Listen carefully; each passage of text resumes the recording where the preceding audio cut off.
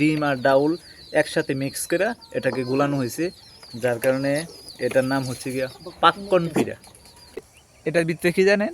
খনি খনি খনি। এই guys, welcome back to my another blog. তো গতকালকে আমি দেখাইছিলাম যে আজকে আমাদের বাড়িতে মনে হয় যে পিঠা বানাইব। তো অনেকগুলা গুড়ি আসিল, চাউলের যে গুঁড়ো আসলো এগুলা অনেকগুলা আসিল। তো এটা দিয়ে ঘি পিঠা বানাইতেছে। আমি সকালবেলা কাজে গেছিলাম, কাজ থেকে এখন লাঞ্চের সময় হয়েছে। আমাদের যে রাস্তাটা আসছিল ওইটা একবারে ফিনিশিং দিয়া তারপরে চলে আইছি।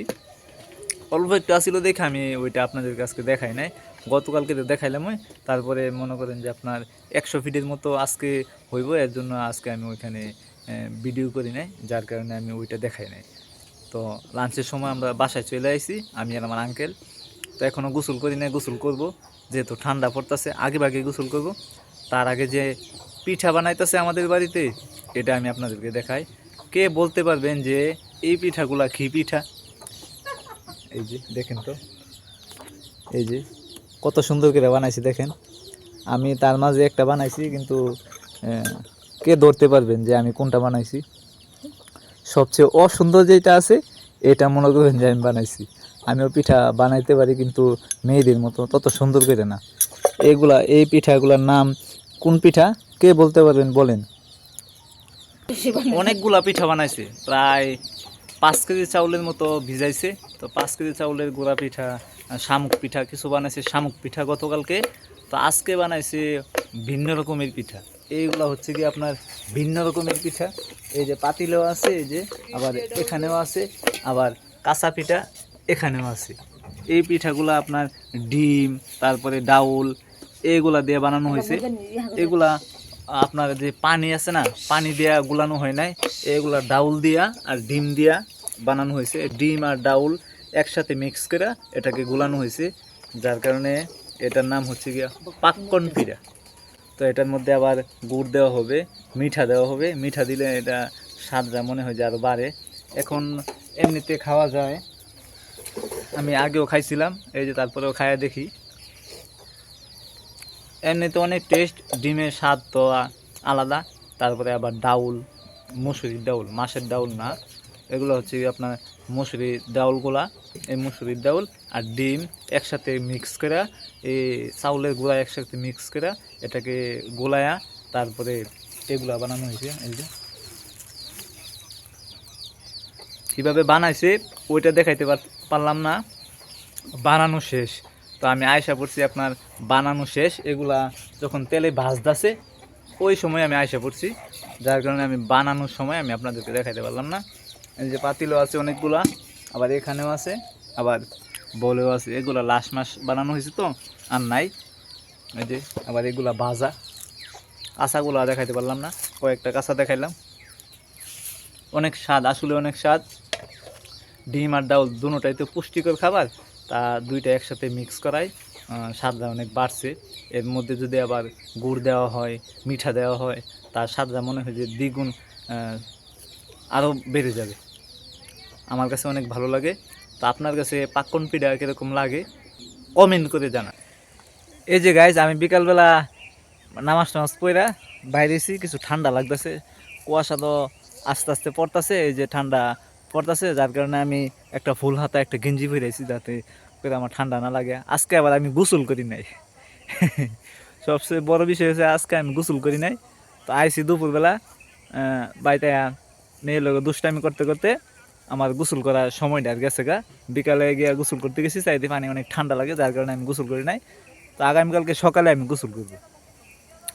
এই যে এটার ভিতরে কি জানেন? খনি খনি খনি। আমরা যে ভাত খাই, ধান রাইস খাই, এই রাইসগুলো এই জায়গায় আছে, এই জায়গায় শুকাইতে দিছি।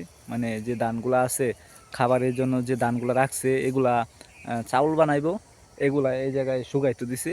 তো মনে হয় যে বাসায় কেউ নাই, যার কারণে এখনও নিতেছে না। যদি উনি কাছ থেকে আসে তারপরে এই ধানগুলা নেওয়া হবে। এখন আপাতত এই জায়গায় আছে গুঁড়া কাগজ দিয়ে, তারপরে চট দিয়ে, তারপরে আরও যা দিয়ে, মানে কুয়াশা যাতে না ভিজে এরকমভাবে এটা ডাইকা থুইছে। তো কিছুক্ষণ পরে যে বাসায় কাজ থেকে লোক আসলে এটাকে নিয়ে যাবে। তো তো ভাই লোক আমি আরও একটা বিষয় বলবো আপনাদের সামনে, যে আগে জমি মানুষ আসিল বেশি, মানে মানুষ আসিল কম, জমি আসিল বেশি, মাঠ খেলার মাঠের কোনো অভাব ছিল না। এখন যে পর্যায়ে আছে মানুষ হয়ে গেছে বেশি, জমি হয়ে গেছে কম, যার কারণে খেলার কোনো মাঠ নাই। তো আমাদের ছোট ভাই, তারপরে আরও এলাকার প্রতিবেশী ভাই বেড়াদার যারা আছে, তারা জমির মধ্যে যা এই জায়গাতে যেরকম জমি না, এরকম জমির মধ্যে তারা মাঠ বানাইছে, বিকালবেলা খেলতেছে। আসেন আমি আপনাদেরকে নিয়ে যাই, দেখেন তারা মাঠের অভাবে তারা কোথায় খেলতেছে। যদি আমার টাকা পয়সা হয়, আমি একসময় নিয়ত করছি যে এলাকায় আমাদের যে গ্রাম আছে, গ্রামের সাইডে বিশাল বড় একটা জমি কিনে রাখবো, যাতে করে এই গ্রামের মানুষ অথবা অন্য গ্রামের মানুষ আয়সাও এই জায়গাতে খেলতে পারে। এরকম একটা পরিস্থিতি আমি করার চিন্তা ভাবনা আছে। যদি আমার আল্লাহ হায়াত দেয়, আমার বেশি বেশি টাকা হয়, তাহলে আমি করব। আমার এরকম একটা চিন্তা ভাবনা আছে। তো চলেন আমি আপনাদেরকে নিয়ে যাই ওই জায়গাতে, কোথায় খেলতেছে দেখাইতেছি। এই যে খেলার মাঠ, খেলার মাঠ গ্রামে না থাকায় এই যে একবারে শখে, মানে ধান ক্ষেতের মাঝখানে হয়েছে গিয়ে খেলার মাঠ। আমাদের খেলার মাঠ না থাকায় এর জন্য এই জায়গাতে খেলার মাঠ হয়েছে।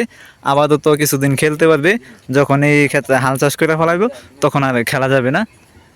যতদিন পর্যন্ত হাল চাষ না করব ততদিন পর্যন্ত এই মাঠটা এভাবে থাকবে, তারা খেলবে বিকালে, স্কুল বন্ধকালীন তারা বিকালবেলায় খেলবে। তো ভাই, গাড়িটা শিফটিং করার জন্য এক জায়গা থেকে অন্য জায়গাতে নেওয়ার জন্য আমার ছোট ভাই এবং আমার ড্রাইভার আঙ্কেল যিনি আছেন উনি গেছে, কিন্তু আমি যাই না। ঠান্ডা শীতের মধ্যে বলছি যে তোমরা যাও, আমি আজকে যাব না। তো তারা শিফটিং করে থুয়াই খাইব। তো আগামীকালকে আবার গাড়িতে যাব অন্য একটা সাইটে, আপনাদেরকে দেখাবো। তো আমার ভিডিওটা আজকে এই পর্যন্তই থাকবে। যাদের কাছে আমার ভিডিওটা ভালো লাগে একটা করে লাইক করে দেন, চ্যানেলে যারা নতুন আছেন চ্যানেলটাকে সাবস্ক্রাইব করে দেন। দেখা হবে আগামীকালকের ভিডিওতে। Thank you so much for watching, by.